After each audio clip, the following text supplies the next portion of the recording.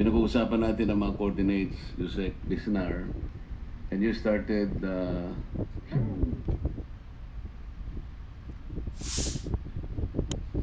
citing 416 cases. Ito yung parang potential flood control ghost projects, di ba? Yes, Your Honor. And then, following the MIPS start and ends, you establish that talagang merong discrepancies sa coordinates. Tama. Actually, lahat. Yung 50, more than 50 and less than 50, sabi nga ng chairman, parehong mali yun. Because talagang may diferensya. Tama? In comparing po yung actual na site and Yes. yung MIPS start coordinate. Kaya nga, the reason is, ang nangyari nga, ang pinadala sa opisina ng Pangulo ay yung MIPS application. If you will recall, nandyan naman si Yusek Bernabe.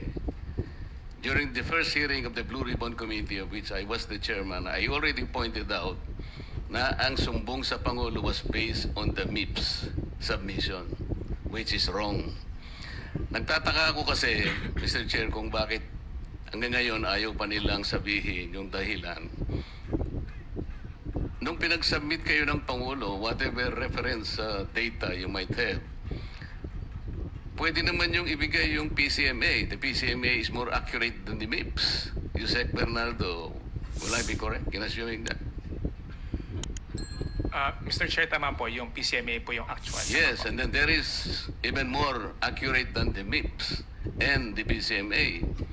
Ito yung tinatawag ninyong Survey 123. Tama? Yun nga namin itong siguro, maski ang chairman, naguguluhan sa inyo, bakit nga yun ang una nyong naisip? Of course, nagpaliwanag si former secretary, tama naman yun, at sa pagmamadali, dahil nga kailangan na ng Pangulo, ang naisip ay yun muna. MIPS. Pero ito multi-year kasi. Kahit paano mo isipin, yung multi-year, gumagalaw naman yun eh.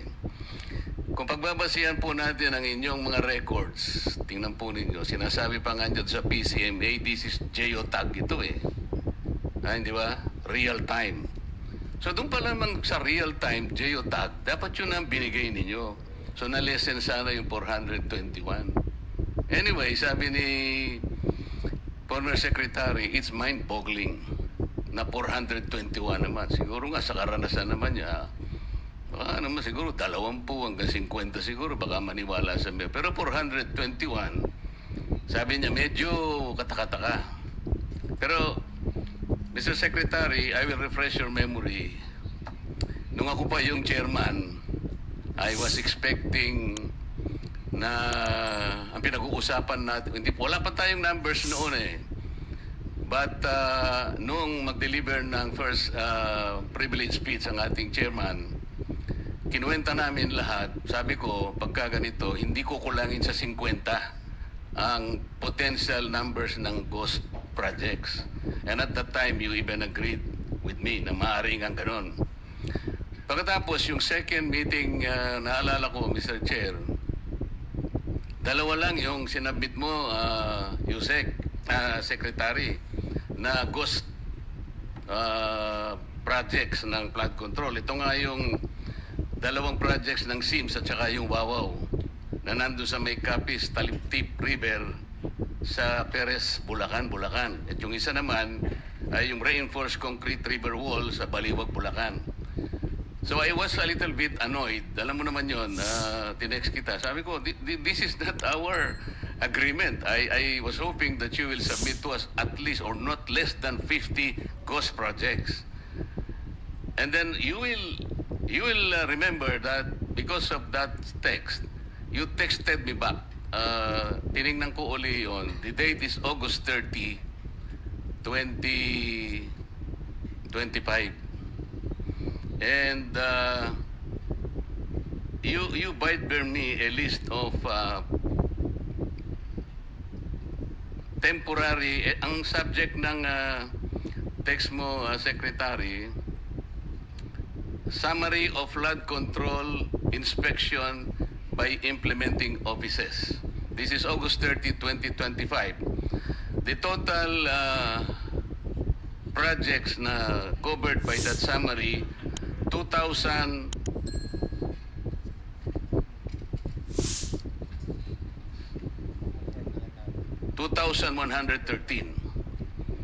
At dito sa report mo, Secretary, merong without structure, meaning ghost, 15. So if out of 2,113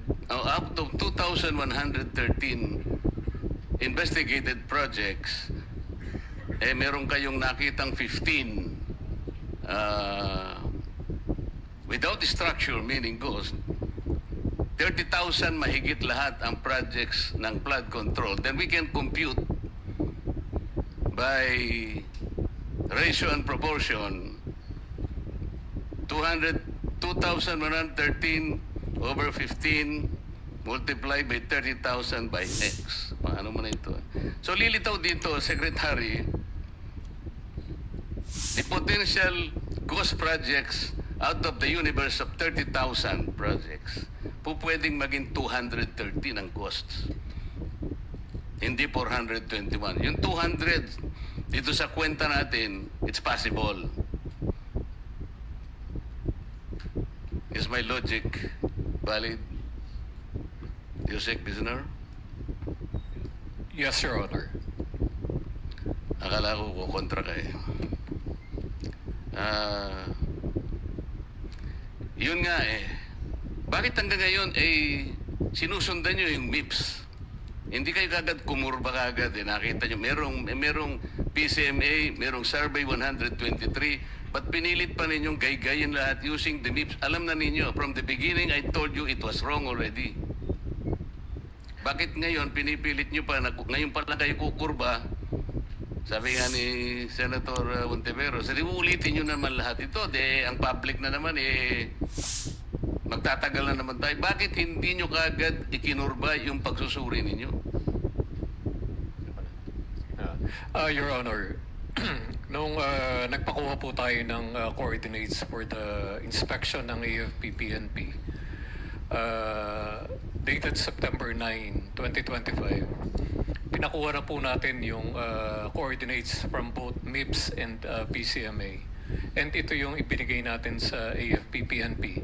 Ang ano lang po doon is hindi lahat po ng projects ay merong both MIPS and PCMA infratrack coordinates. Pero as much as possible po, kung ano po yung available ay ibinigay po natin. Di po ganoon, Yusek. Kasi nga, sabi ko nga kay Yusek Bernabe kanina, yung MIPS kasi, very preliminary yun. Pag NEP lang, para lang magkaroon kayo ng NEP, tsaka address pa lang yun eh.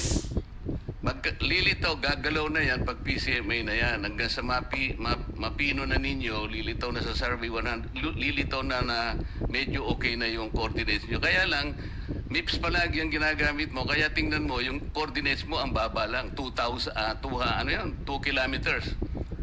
I will give you at least 14 samples of wrong coordinates. All over. Ako, nakakuha ko. Hindi 2 kilometers ang variance. Eh. Alam mo yung variance na nakuha namin is from 67 kilometers to 400 kilometers. Kasi ang ginagamit mo is MIPS. That is why at the very beginning, I was telling the DPWH, it is wrong to start from the MIPS. Mamimislid lahat ng mga tao. So, yun ang naging problema natin. I am happy that the chairman already encouraged the DOJ na kunin nyo na yung nakadetain sa Senate. Marami pa raw kaming nakadetain dito para lumug-luwag yung aming detention area. Yung ba yung tawag natin, boss? Senate Airbnb ata ang tawag natin doon.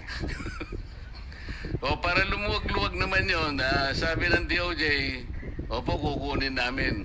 Talaga, kukunin nyo? Yes, Mr. Chair. Thank you. Sabi pa nga ng chairman natin, narinig ko kanina, Mr. Diskaya, kayo lahat na makipag-usap na kayo, baka sakaling mag-qualify kayo sa Witness Protection Program. Tama naman yun. Ang problema Prosecutor Padulyon, ini-insist mo kasi yung restitution kaya tayo nagkakaroon ng problema. Will you still insist on that? Sir, we never mentioned that restitution is a condition.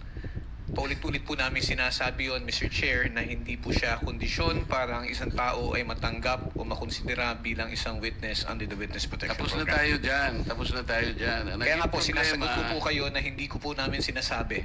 Wala po kami sinasabi na restitution is a condition. So I'm not insisting on it, sir. Hindi mo sinasabi ngayon, but when you were talking about a memorandum, yun ang sinasabi mo, there, pwede naming ilagay yung restitution because it is a matter of good public policy. Ano naman klaseng, kaya nga nahihirapan sila eh.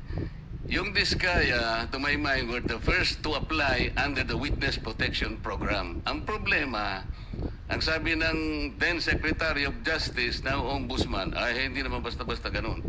Kinakailangan isaulin ninyo yung ininakaw ninyo.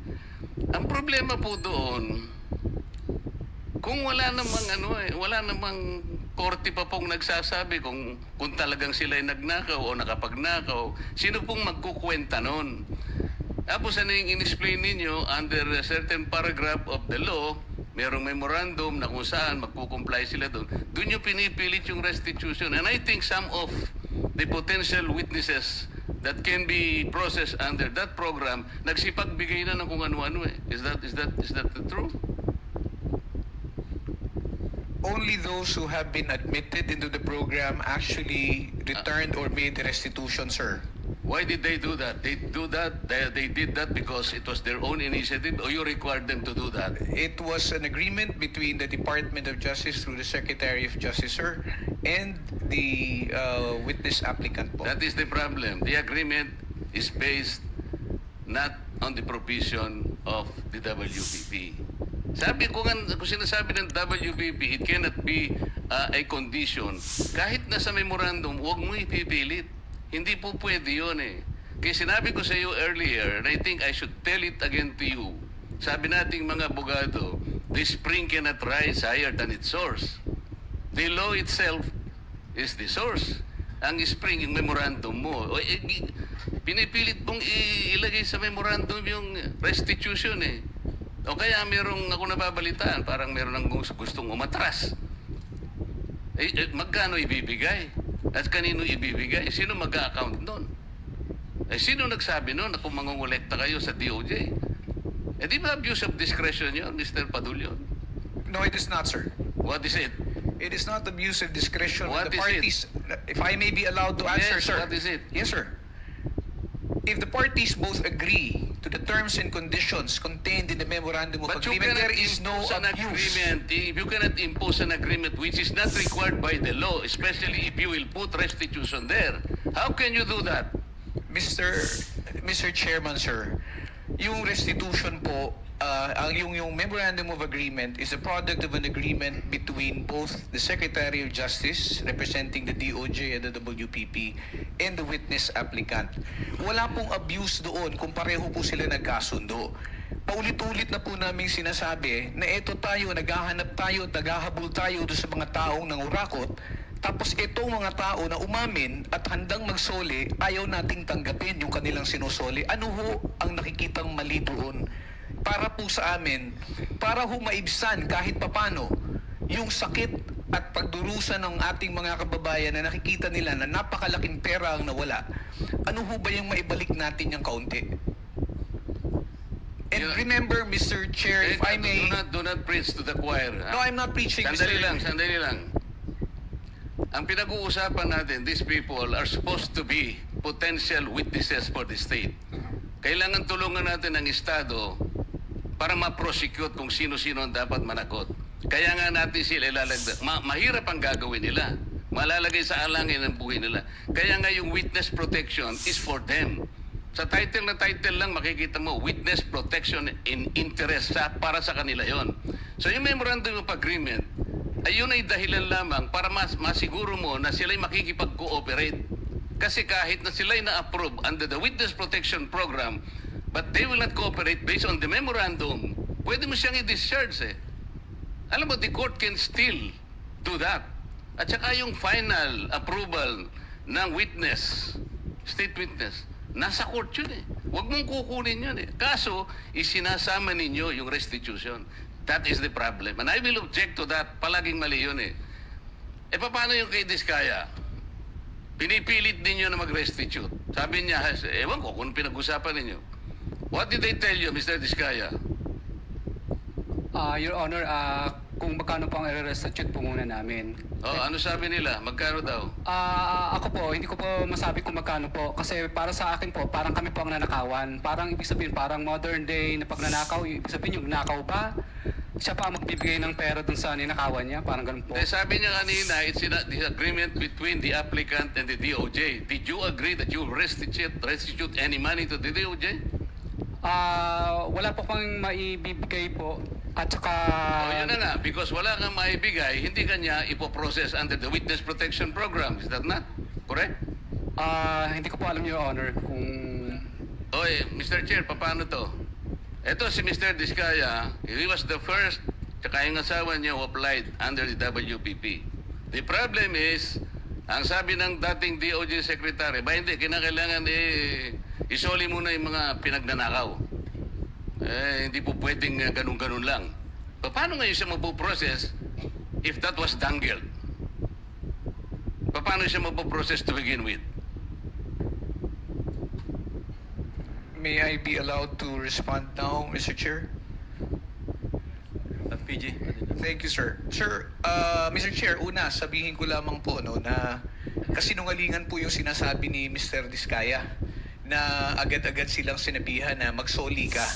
Ang pinag-uusapan po dito, bago man lang makapagsabi ng ganon, kailangan munang makita kung ano ang gusto at kayang sabihin at patunayan ni Mr. Diskaya at ni Mrs. Diskaya doon sa kanilang salaysay. Prosec Pero General. hindi po sila nakikipag-ugnayan sa department, kaya hindi po sila mabigyan ng kaukulang proteksyon at hindi po ma-process yung kanilang application. So yung sinasabi po ni Mr. Diskaya, from the hearing of November 14 in the Senate Blue Ribbon Committee, there was never a chance or an opportunity that Mr. Diskaya and or counsel even approach a department despite the proddings of the chairman. Mr. Ano ba yung title mo? Mr. Prosecutor, Mr. PG na lang. Oh, Mr. PG. Nung ako yung chairman pa dito, sila yung unang nag-apply. So, dahil kailangan nila ng protection, it was incumbent upon the chairman na sumulat sa Senate President to endorse yung kanilang application. That was the provision of law kasi. But even before they can do that, actually kasi nung sinasabi ko yun, nung hearing, di ko naman alam mapapalitan na pala kami. Alam mo na yun, di ba? Yung araw din na yun, nag-press con na si Secretary of Justice. Narinig ko eh. Sabi niya, hindi po pwedeng ganon. I cannot apply. Hindi pwedeng basta-basta ganon na lang. And then the new Senate President based his judgment of not entertaining that application on the articulation of the Department of Justice. So, ang tinatanong ko nga sa inyo, hindi siya sinungaling. Ang mismong kayo ang nagbigay na ng condition kasi. Kaya sinasabi ko, if you insisted on the condition of restitution, how can Diskaya or any other persons similar to his situation even begin to apply under the WPP? If I may respond, Mr. Chair. If I may refresh the memory of the good senator, during the last hearing of November 14, 2025, that matter that you raised about the statement made by the former Secretary of Justice was already put on the side when you asked that question. And we already informed the chairman that if they wish to file their application, if they wish to be processed, they go to the Department of Justice. Binanggit po yan, nasa transcripts po yan na sinasabi niya, o sige, wala mo nang pag-uusapang restitution. But did they ever come to the department to coordinate with us? No, they did not. And let me just put it on record, sir, na hindi po ito question na kung sinong nauna na nagsalita. Hindi po ito question kung sino yung naunang nagbanggit ng napakaraming pangalan kung hindi rin naman nila kayang suportahan ng ebidensya at wala rin namang silang mabibigay na magpuprove o magpapatunay doon sa kanilang mga sinasabi. Yan po ang kailangan naming suriin. I am sorry, Mr. Chair, he did not refresh my memory. Pinupulyot mo yung memory ko eh. Hindi siya nagpunta dito na sabihin niya na, okay, pumunta ka sa DOJ, huwag na muna natin pag-usapan ng restitution. Walang ganon. Nagpunta nga siya dito si DOJ Secretary din eh. O sabi ko, Boying, okay na ba yun? Papupunta. O di wala nang ano ha? Wala nang restitution na. Basta papuntahin mo silang mag-asawa doon. Hindi ba nagpunta ka, Mr. Diskaya? Yung kinabukasan nung magkita kayo rito? Mr. Discaya, you may respond, but unfortunately, your time is up. Your Honor, nung ano po, Your Honor, hindi po kami... yes po, Your Honor. Yeah, Sige. proceed. Kasi tapos na yung time ni Oh. Senator Pleta. Yes po, Your Honor. Opo. Hindi nga, ipaliwanag mo. Bali po, Your Honor, kasi po, di pa po nagsalita po yung misis ko na Hindi nga, ganito, wala na akong time eh. Pinapunta ka niya ron, kasi nandito eh, nag-uusap kayo eh. O, kayong dalawa mag-asawa, punta kayo ron ng alas 9. Pumunta kayo, sinabi ba niya wala ng restitution? Nung una po, wala pong sinabing may restitution, pero nung sumunod po, yung panghuli po naming usapan po is may restitution, magkano daw po ang restitute namin. Tapos kakasuhan din po daw kami at hindi didiinan. Pero gusto ko po, Your Honor, na hindi na po muna magsalita ng dire-diretso kasi po yung huli po yung misis ko na nagsalita siya na hindi daw po kami kasama sa WPP. Yung natatandaan ko po yung huling hearing po dito ay nakulong po yung misis ko sa Davao. Samantalang meron naman pong nag-exist na project. Kaya natatakot po ako, Your Honor, na baka pag nagsalita na rin po ako, baka po sa susunod po ako naman po ang makulong. Kaya hindi na po ako magsasalita. Salamat po, Mr. Chair.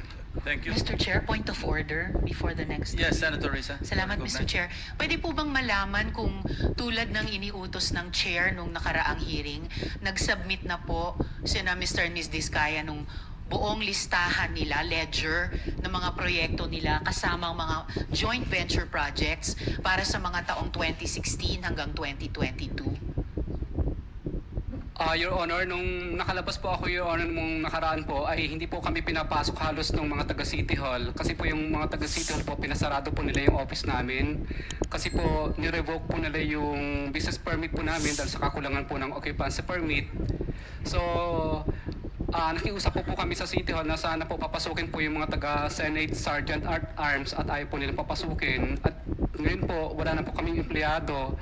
Lahat po sila ay iniwan na po kami o yung iba po ay separated na po kasi sarado na po yung kumpanya namin. Ganun din po yung mga nangungupahan sa office po namin na building na pinuupahan ay wala na rin po sila doon. Kanya-kanya na po sila ng sara. Mr. Chair, diretso lang po yung tanong ko pero hindi diretso yung sagot. Parang kanina, lahat po tayo physically naghitla dun sa sinabi ni Mr. Diskaya na parang sila pa yung nanakawan. I would like to request the good chair to please reiterate yung utos ng komite kina Mr. Diskaya. I-submit yung ledger na sinabi ni Ms. Diskaya noon, meron sila ng mga proyekto pati joint venture projects mula 2016 hanggang 2022. Huwag po nilang sisisihin ng City Hall. Hindi po yan kasalanan ng City Hall dahil subject yan ng utos ng Blue Ribbon Committee. Mr. Chair. Sabi rin po ng ating secretariat sa komite, nag-follow up po sila kina Mr. Diskaya last week. Pero hanggang ngayon po, 3:44 na po ng hapon. Almost 3 hours mula nung nagsimula tayo, hindi pa rin sila sumusunod sa utos ng Blue Ribbon, Mr. Chair. Your Honor, makikiusap po sana ako na baka para mas kumpleto po yung project list po na makuha ninyo, baka po pwedeng isabpina na lang po ang DPWS kasi may copy naman po sila kasi wala na po kami talagang mga empleyado na mag-aasikaso. Ako po nakakulong sa Senate po, yung misis ko naman nakakulong sa Davao. So wala po kami mautusan, Your Honor. Mr. Chair, I will submit to the wisdom of the Chair kung ano po yung pinakamabisang paraan. Ang hinahanap ko lang pong outcome ay mabigay ng mga ni na Mr. at Ms. Diskaya yung ledger nila na sinabi ni Ms. Diskaya mayroon sila nung mga joint venture and other projects nila mula 2016 hanggang 2022. Ewan ko ba, Mr. Chair, binabato pa nila sa DPWH yung responsibilidad sumunod sa utos ng Blue Ribbon, Mr. Chair. Thank you, Senator Risa. We'll try to resolve that issue. Thank you, Mr. Chair. Senator JB Ejercito is recognized. Just a quick manifestation, Mr. President, with the permission of Senator. Yes, go ahead. Well, Mr. President, ako hindi nagtataka bakit hindi tinatanggap sa Witness Protection Program itong mga diskaya. Dito lang sa Senado, hindi na kayo nagko-cooperate eh. Ito'y patunay na mukhang hindi kayo qualified maging witness. Kung sa Senado, hindi kayo nagko-cooperate, bakit kayo bibigyan ng puwang ng mga taga-WPP? For the record, Mr. President. Thank you, Senator JB. Thank you, Mr. Chair. Anyway, Mr. Chair, naalala ko po yung kasi na-focus masyado matagal yung pong notorious sa district office ng Bulacan, pero equally notorious is the Mindoro, no? Kaya I would like to thank the chair na sa request ko noon pa na sana si naging regional director Jer Pakanan ay patawag at nandito na siya ngayon, no? At I would like to take advantage of his presence dahil patindi rin yung nangyari sa Mindoro. Although yung lugar na yun, mga lugar na pinaglagyan ng mga flood control projects, nauhan, mga swampy, mga river town na kahit na gaano karami semento ang ubusin dyan, hindi yata mawawala talaga ang baha dyan. No? So yan ang base sa ating unang impormasyon. Siguro tanong lang natin muna si Yusek Bernardo. Total, nandito na si Yusek Bernardo. Sinabi kasi ni Congressman Toby Tiangco na mayroong scheme sa lower house tungkol sa bentahan ng projects. No? Pwede nyo i-confirm. Sa iyong pagkakaalam, maaari nyo bang ipaliwanag sa amin kung paano ito nangyayari? Kasi dito sa Senado, wala naman kami nabalta na modus na naglalako o nagbebenta ng mga proyekto. Sino ba ang mga nagba-buy and sell ng projects na ito? Ito ba yung mga tinatawag na contractor? So anyway, kayo po ay admitted na sa Witness Protection Program. Baka maaari nyo na rin ilahad sa atin dito sa committee ito kung paano po yung scheme na ito doon sa paglalako at pagbentahan ng proyekto. Mr. Chair, may I be allowed to consult my lawyer po? Saglit lang po. Thank you. Please consult your lawyer.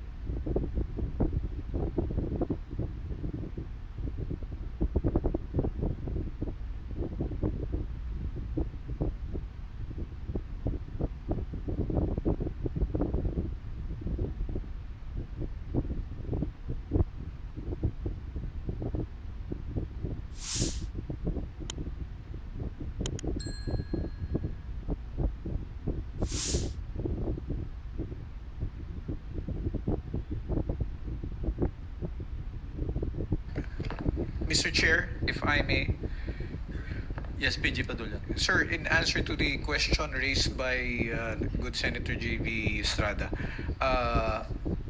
the question ay J.B. Ejercito, the question refers to matters which are considered confidential at this time because we need to secure a written authority coming from the Secretary of Justice. But if the Secretary will allow and give that authority, Mr. Chair, we would like to request that it be done in an executive session, if possible.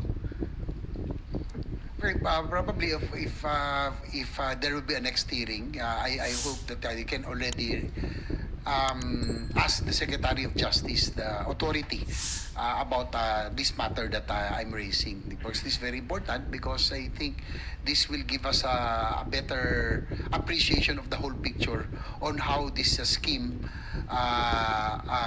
was really done.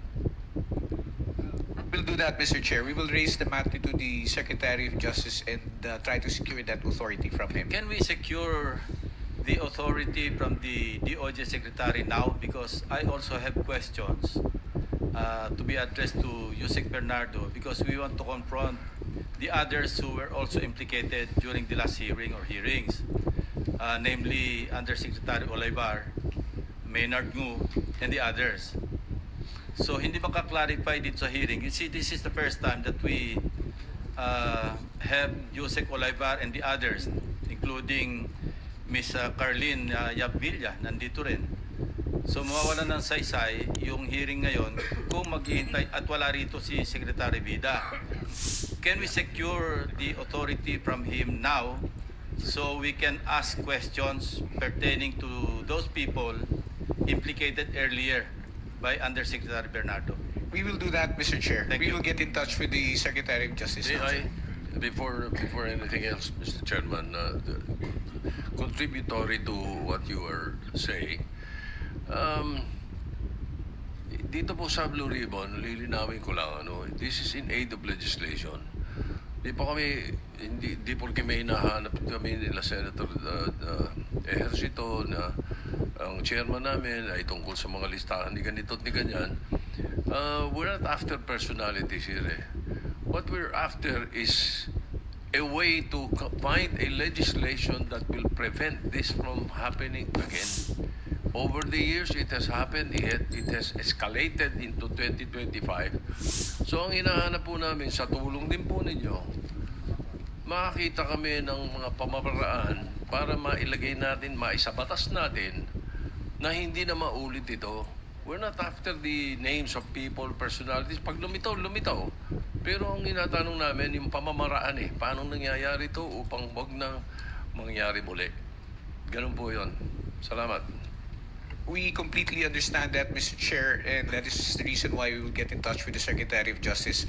And also, with your indulgence, the only reason why we are bringing this issue of confidentiality is because it is cited in the law itself. And I believe that the witness who is covered is just mindful of the fact that it has penal sanctions if in the event disclosures are made without authority from the Secretary. We also understand. That's why you have to wait for that authorization.